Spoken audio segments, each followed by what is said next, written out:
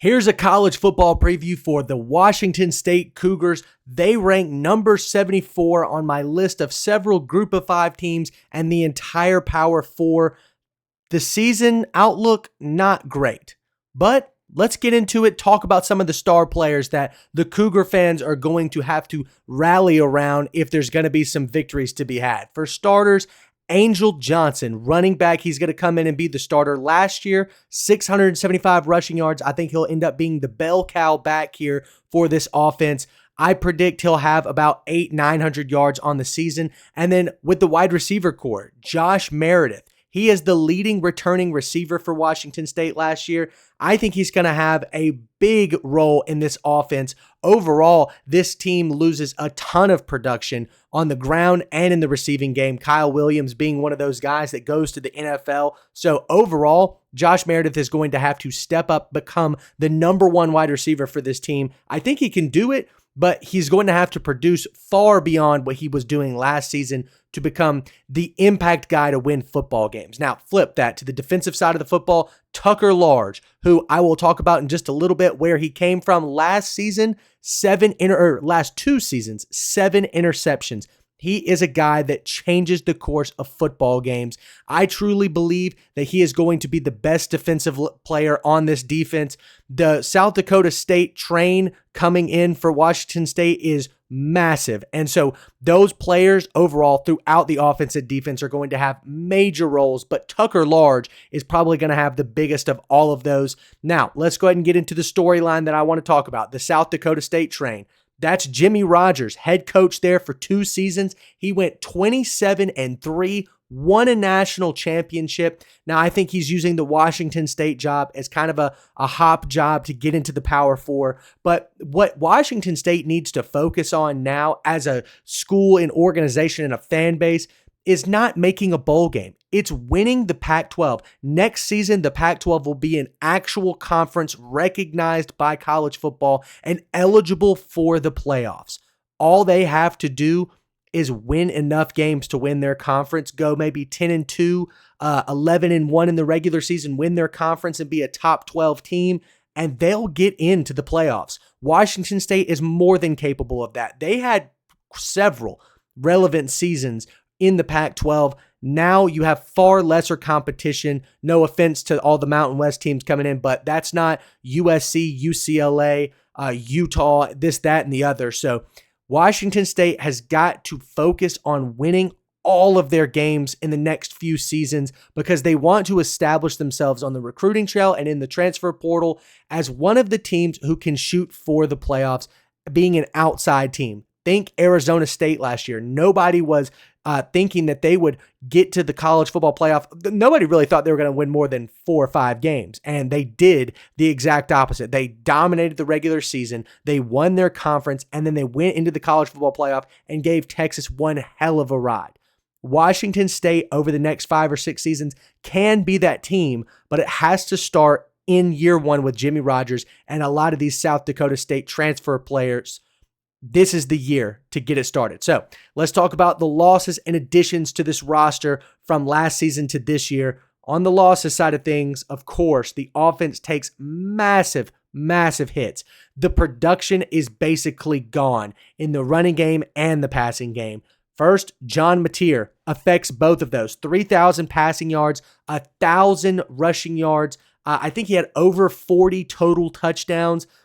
One of the best quarterbacks in the portal. He goes to Oklahoma. He wants his shot to compete for a national championship or maybe a playoff bid and get on the big stage to potentially make the draft. We saw Cam Ward come out of Washington State 2 seasons ago and go to Miami, and he did exactly that. He competed for the Heisman. John Mateer is looking to do the same thing, and quite frankly, you can't do that at Washington State. Now, a couple other guys I want to talk about. Kyle Williams, I mentioned him earlier, 1,000 receiving yards. He was John Mateer's favorite option last year, and then Wayshawn Parker, true freshman, I believe, rushed for over 700 yards, was a young budding star for this Cougars offense. He transfers to Utah.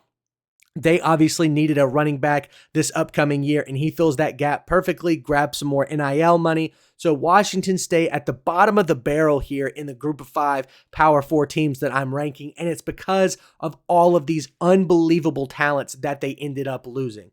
Moving on now to the additions, they're all South Dakota State guys. Caleb Frankel, I believe that's how you pronounce his name, 72 tackles, 7 pass deflections last season. He's a safety, another safety. Of course, I've already talked about this guy. He's going to be the biggest impact for this defense.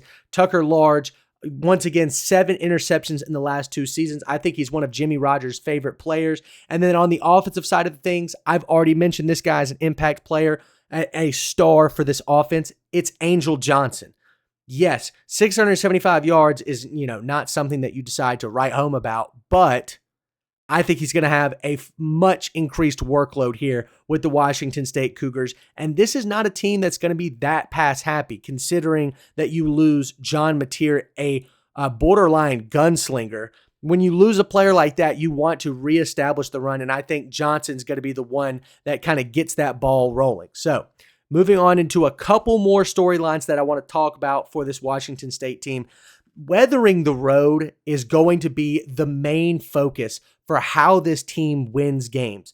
I originally had them with a losing record. I think that they can end up winning a few more games, but the continuity issues here are unfathomable for a team that has to travel this much. Let's just talk about some of these games. At North Texas, that's thousands of miles in travel distance. At Colorado State, it doesn't sound that far, but going to Washington to Colorado State, that's over 1,000 miles still, I believe. And that's probably one of the closest road games. Let me look at these other ones. At Ole Miss, all the way across the country. At Virginia, all the way across the country.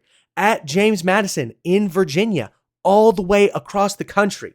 When you have these games that you have to travel thousands and thousands and thousands of miles to get to, especially as a college football program and especially as a small group of 5 school, it gets hard to have your message heard on a daily basis. And that's where teams can really lose track and start into these horrible losing streaks. Now, Jimmy Rogers is a certified winner in the FCS level.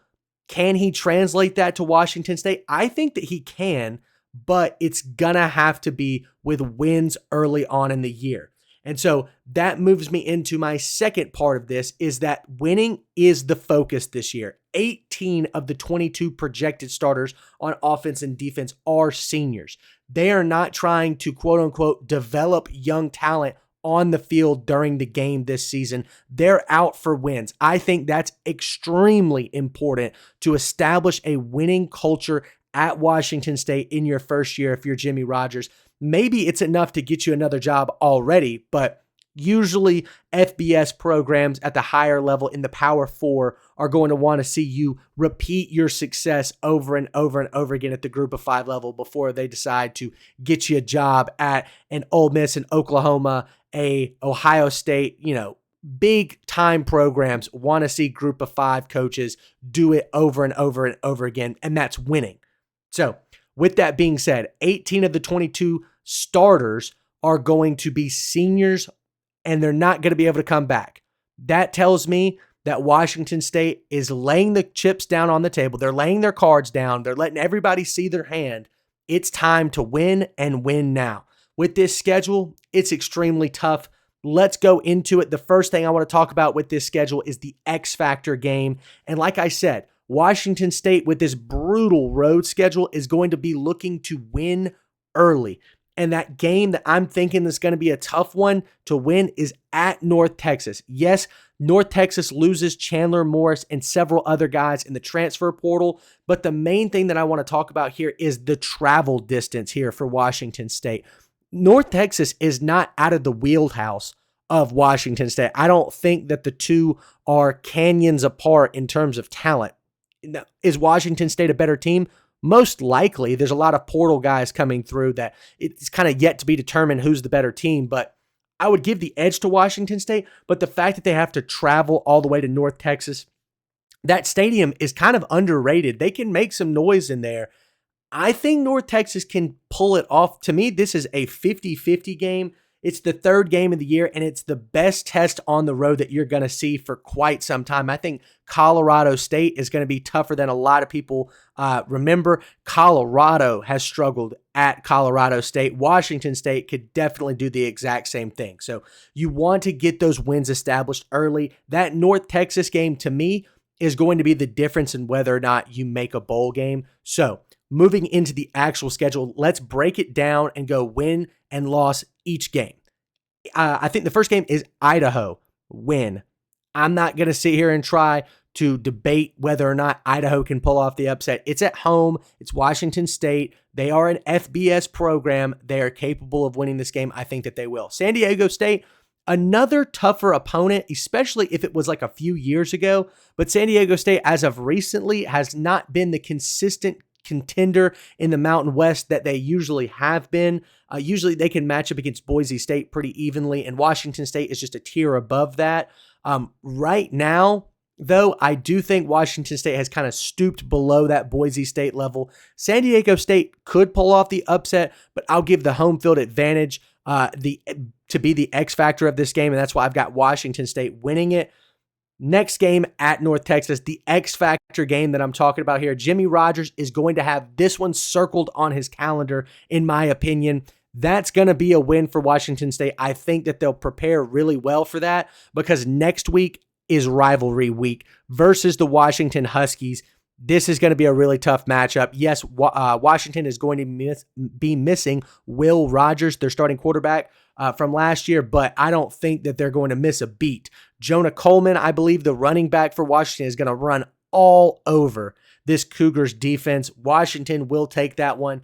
There could be upset potential there, but I don't know if I necessarily believe it. Next up at Colorado State, like I said, this is a very tough matchup. Not only is it on the road, but I think Colorado State has got some good talent on their team. Is it NFL caliber? Some of it, actually. They had a 5th-round pick last year in Torrey Horton.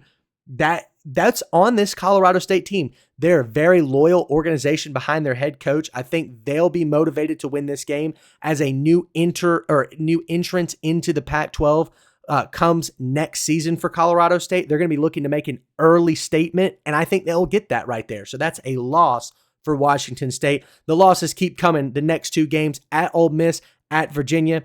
I just don't think Washington State has the talent to compete at a Power 4 level, let alone compete at a Power 4 level on the road. So back-to-back losses there. But then back in the win column, though, against Toledo at home, this yet again is another game that I would usually say Washington State wins it and wins it convincingly. But Toledo is one of those teams that I have here in my top 75. As a matter of fact, I have them ahead of Washington State.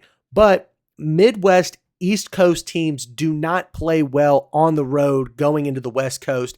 I think Washington State can take advantage of that and play well against a Toledo team that isn't as good as they were last year. So I give Washington State the win there. Then at Oregon State, both of these Oregon State games, which is actually I don't know if this is the first time this has happened in the 21st century. I want to say that it is the case. Washington State and Oregon State are going to play twice this season. Very rare occurrence. I think that they split both of these games, and I'll just go ahead and give the Oregon State home field advantage after the Toledo game. I'll give them the win there. Later on in the year, Washington State will host Oregon State, and I think that they'll win that game. Moving on in the rest of the schedule, they host Louisiana Tech at home. Yet another win for me. Talent-wise, they're pretty much even. I think Washington State gets the edge with the continuity that Jimmy Rogers is bringing over from South Dakota State, and they're at home, so I'll give them the edge there. That is a win. And then last but not least, before their home game with Oregon State at the end of the year, they will play James Madison at James Madison. This will be the last road test of the year, and it's all the way in Virginia. To me, that's a loss. It's going to be a brutal year to be a Washington State Cougar football player. All of these miles traveled, it's going to be over 10,000 miles traveled by the end of the year. That's just so much wear and tear on the body. You're not going to get the right kind of treatment. The practices aren't going to be the same. And so I've got Washington State as a 6-6 team If you told me they were 4-8 or 5-7, I would not be surprised with this god-awful schedule. It's not tough in terms of playing the best teams out there, but expecting a team to go to the East Coast against James Madison and Virginia, go all the way into the deep South with Ole Miss, North Texas as well. It's ridiculous in my opinion. This is going to be solved next year when Washington State has a full conference with the Mountain West teams coming in. So this year is just going to be a test of will and grit. I think they could pull off some of these games, go 6-6 and make a bowl game. But let me know what you think in the comments. Washington State has got a decent team, but they have got a lot of things to work on this upcoming year. That's going to do it for this college football preview. Thank you guys so much for watching, and we'll see you next time.